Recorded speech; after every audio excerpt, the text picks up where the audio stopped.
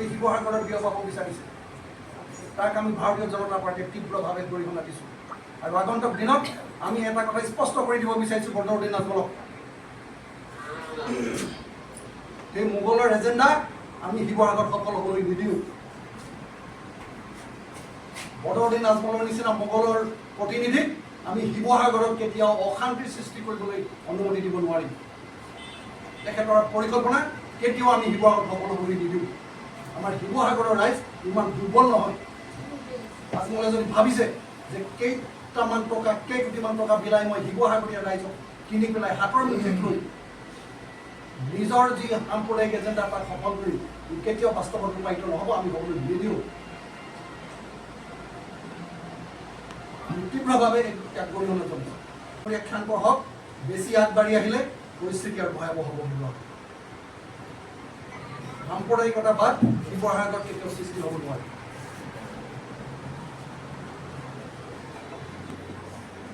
যি মোগলক আহোমে 17 বাৰকে খেদি এই অসম সুৰক্ষিত কৰি ৰাখিছিল,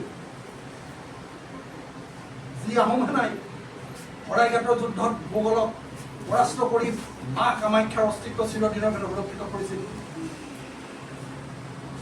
সেই আহোমৰ আদৰ্শৰে একত্ৰিত হৈ শিৱসাগৰবাসী আহোম সকলো জাতি জনগোষ্ঠীক একত্ৰিত কৰা এটা আদৰ্শ, সেই আদৰ্শক কুঠাৰাঘাত হ'বলৈ আমি কেতিয়াও অনুমতি নিদিওঁ, হ'ব নোৱাৰে। আপোনালোক সকলোকে আমি ভাৰতীয় জনতা পাৰ্টীৰ শিৱসাগৰ জিলা কাৰ্যালয়লৈ কিছু আদৰণি জনাইছোঁ। বিগত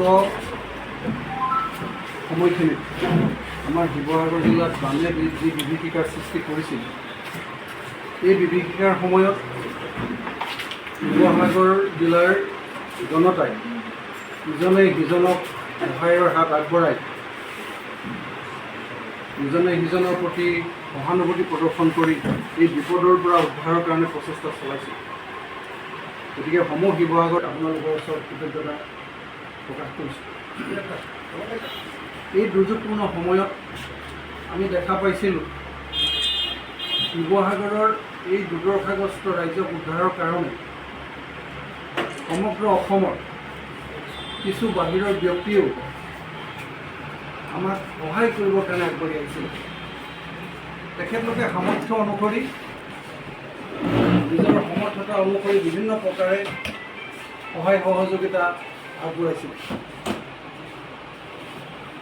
সেইসমূহ আমাক সহায় কৰা সমূহ ৰাইজক শুভাকাংক্ষীক আমি ভাৰতীয় জনতা পাৰ্টী শিৱসাগৰ জিলাৰ তৰফৰ পৰা নিৰাভৰা কৃতজ্ঞতা জ্ঞাপন কৰিছোঁ। সেই সহায়কাৰীসকলৰ ভিতৰত হয়তো হাজাৰো অধিক বিভিন্ন ব্যক্তি সংগঠনে এই দুৰ্যোগপূৰ্ণ সময়ত 500 টকাৰ বিনিময়ত শিৱসাগৰ ৰাইজক কিনাটো সম্ভৱ নহয়। আকৌ কৈছোঁ, তেখেতে সহায় কৰিছে, আমি আদৰণি জনাইছোঁ, আমি ভাল পাইছোঁ। কিন্তু এই যি তেখেতে অপসংস্কৃতি আৰম্ভ কৰিলে 500 টকাৰ বিনিময়ত ভৰিত ধৰা, তাকো সমবয়সৰ মহিলা, ই নাৰী সমাজৰ কাৰণে চূড়ান্ত অপমান।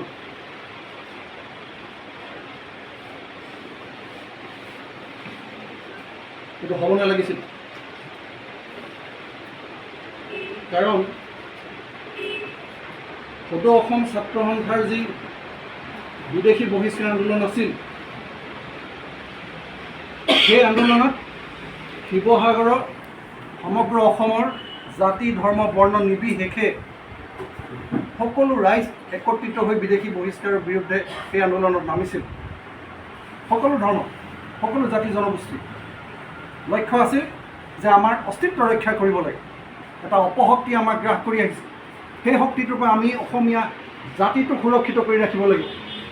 আৰু জাতি সুৰক্ষাৰ ক্ষেত্ৰতে এই সদৌ অসম ছাত্ৰ সন্থাৰ এই আমাৰ যি সাম্প্ৰদায়িক বিষবাষ্প এই শিৱসাগৰত বিয়পাব বিচাৰিছে, তাক আমি ভাৰতীয় জনতা পাৰ্টীয়ে তীব্ৰভাৱে গৰিহণা দিছোঁ। আৰু আগন্তুক দিনত আমি এটা কথা স্পষ্ট কৰি দিব বিচাৰিছোঁ বদৰুদ্দিন আজমলক, সেই মোগলৰ এজেণ্ডা আমি শিৱসাগৰত সফল হ'বলৈ নিদিওঁ। বদৰুদ্দিন আজমলৰ নিচিনা মোগলৰ প্ৰতিনিধিক আমি শিৱসাগৰত কেতিয়াও অশান্তিৰ সৃষ্টি কৰিবলৈ অনুমতি দিব নোৱাৰিম। তেখেতৰ পৰিকল্পনা কেতিয়াও আমি শিৱসাগৰত সফল হ'বলৈ নিদিওঁ। আমাৰ শিৱসাগৰৰ ৰাইজ ইমান দুৰ্বল নহয়। আজমলে যদি ভাবিছে যে কেইটামান টকা কেইকোটিমান টকা বিলাই মই শিৱসাগৰীয়া ৰাইজক কিনি পেলাই হাতৰ মুঠিত লৈ নিজৰ যি সাম্প্ৰদায়িক এজেণ্ডা তাক সফল কৰি ই কেতিয়াও বাস্তৱত ৰূপায়িত নহ'ব, আমি হ'বলৈ নিদিওঁ। আমি তীব্ৰভাৱে ইয়াক গৰিহণা জনাইছোঁ।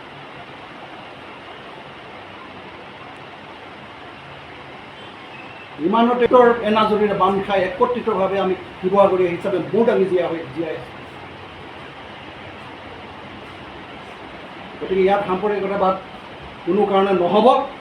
আজমলক আমি শেষ সতৰ্কবাণী আজি শিৱসাগৰ জিলাৰ পৰা আমি দি আছোঁ। ধন্যবাদ।